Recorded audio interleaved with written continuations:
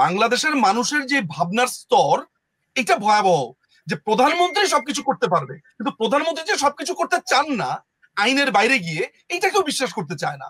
তার মানে ব্যাপারটা দাঁড়াচ্ছে উনি এটা আদালতের উপরে ছেড়ে দিয়েছেন। উনি যদি আদালতের উপরে ছেড়ে না দিয়ে উনি যদি প্রভাব খাটাতেন, তাহলে একটা প্রমাণ এর মধ্যে একটু দিয়ে রাখা ভালো। 1999-এ উনি ভারত থেকে ফিরে একটা সংবাদ সম্মেলনে বলেছেন, ভারতের একটা সফরের পরে উনি সংবাদ সম্মেলনে বলেছিলেন যে এত জামিন হচ্ছে হাইকোর্টে, যে ধরে ধরে সবাইকে জামিন দিয়ে দিচ্ছে। আপনি জানেন যে এটার জন্য তার নামে আদালত অবমাননার রুল জারি হয়েছিল। এবং একটা যে প্রপাগান্ডা আপনি প্রায় শুনতে পান, যে মাননীয় প্রধানমন্ত্রীকে রং হেডেড বলা হয়েছে, রং হেডেড বলা হয়েছে, এবং বাংলাদেশের মানুষ মনে করে রং হেডেড মানে পাগল, মানে কারণ তার ধারণাই নাই রং হেডেড শব্দটার মানে কি। ওই প্রপাগান্ডাটাও কিন্তু ওই সময়। আমি এই প্রসঙ্গটা কেন আনলাম, তার মানে মাননীয় প্রধানমন্ত্রী প্রধানমন্ত্রী থাকা অবস্থাতে তার বিরুদ্ধে কন্টেম্পট অফ কোর্টের কিন্তু অভিযোগ দায়ের করেছে। তার মানে কি, উনি যদি প্রভাব খাটাতেন তাহলে ওই লোক কোনোদিন এই পিটিশনটা দায়ের করতে পারতো। আমি প্রমাণটা করছি এই কারণে যে মাননীয় প্রধানমন্ত্রী অল দ্য টাইম আইনের প্রতি শ্রদ্ধাশীল ছিলেন। আচ্ছা, এই যে আইনের প্রতি শ্রদ্ধাশীল এত বড় আমি বয়ানটা দিলাম, কেন দিলাম? এই কারণে দিলাম যে ওয়াকার যখন 23শে জুন তিনি আপনার সেনা প্রধান হয়, এটা কি মাননীয় প্রধানমন্ত্রীর একক সিদ্ধান্ত, নাকি ডিজিএফআই এর রিপোর্ট আছে, নাকি এনএসআই এর রিপোর্ট আছে, ডিবির রিপোর্ট আছে, বিভিন্ন গোয়েন্দা সংস্থার রিপোর্ট আছে? এগুলো কি আমরা বিবেচনা করেছি? তাহলে এই ওয়াকারকে একেবারে এমন একটা পজিশনে কারা আনলো রিপোর্ট টিপোর্ট দিয়ে যে সে হচ্ছে সবচেয়ে যোগ্য?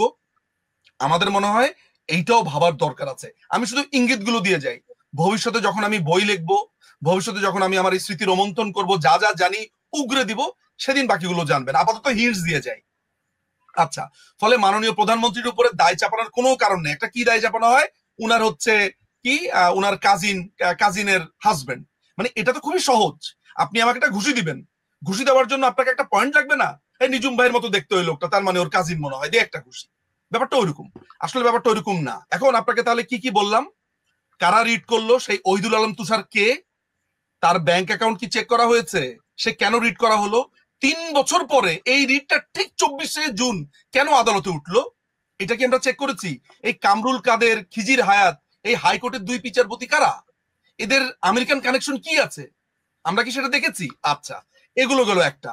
এরপর আমি আপনাকে আরেকটা, এইটার সাথে সাথে আমি আপনাকে আরেকটা ছবি দেখাই। ধরা যাক সুলতান আপা, আমি আপনাকে একটা অ্যাটাক করব, নিজুম মজুমদার আমি আপনাকে এখন অ্যাটাক করব, আপনি এখন স্টুডিওতে আছেন নিউ ইয়র্কে, কিন্তু কেউ যাতে কোনোভাবে না বোঝে অ্যাটাকটা আমি করেছি। আমি আরিফ জেবতিক ভাইকে করলাম কি, রাস্তার মোড়ে রাখলাম একটা অস্ত্র নিয়ে, তার সাথে আরো 4টা টিম রাখলাম। এখন আমি আপনার সাথে এমন একটা আচরণ করলাম, এমন একটা পরিস্থিতি তৈরি করলাম, আপনি ঘুরে ঘুরে আরিফ জেবতিক ভাইয়ের ওই লেনে গিয়েই দাঁড়ালেন। আরিফ জেবতিক ভাই যে আরো 4জন লোককে ঠিক করেছে, আবার বাম দিকে ঘুরে ওই লেনেই গেলেন। তার মানে আমি একটা ক্ষেত্র তৈরি করেছি এই সেনাবাহিনী এই এই লাইনে নিয়ে আসার জন্য।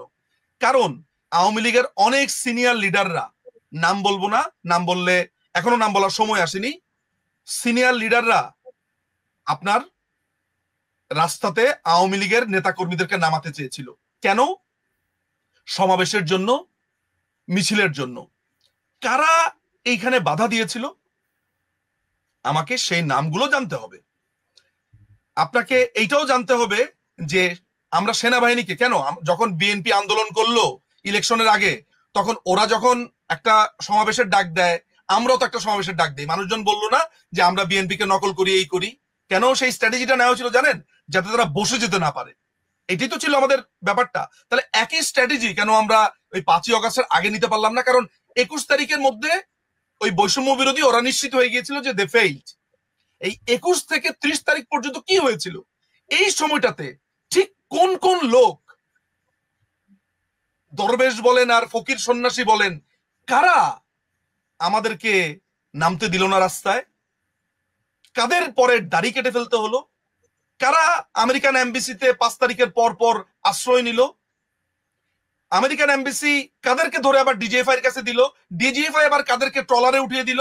সব নাম আসবে, সবকিছু আসবে, আমরা সব জানি। আমাদের সব জানা হয়েছে খন্দকার মোশতাক কে। নেত্রীকে মেরে ফেলার কমপ্লিটলি ছক কষা হয়েছিল, কিন্তু আল্লাহ আছেন, আল্লাহর রহমতে বেঁচে গেছেন। নিশ্চয়ই তার কোনো একটা ইশারা আছে, তার খেলা আছে। তা না হলে উনাকে হত্যার পুরা ছকে দুই বোনকে হত্যার ছকে বেঁচে যাবেন কেন?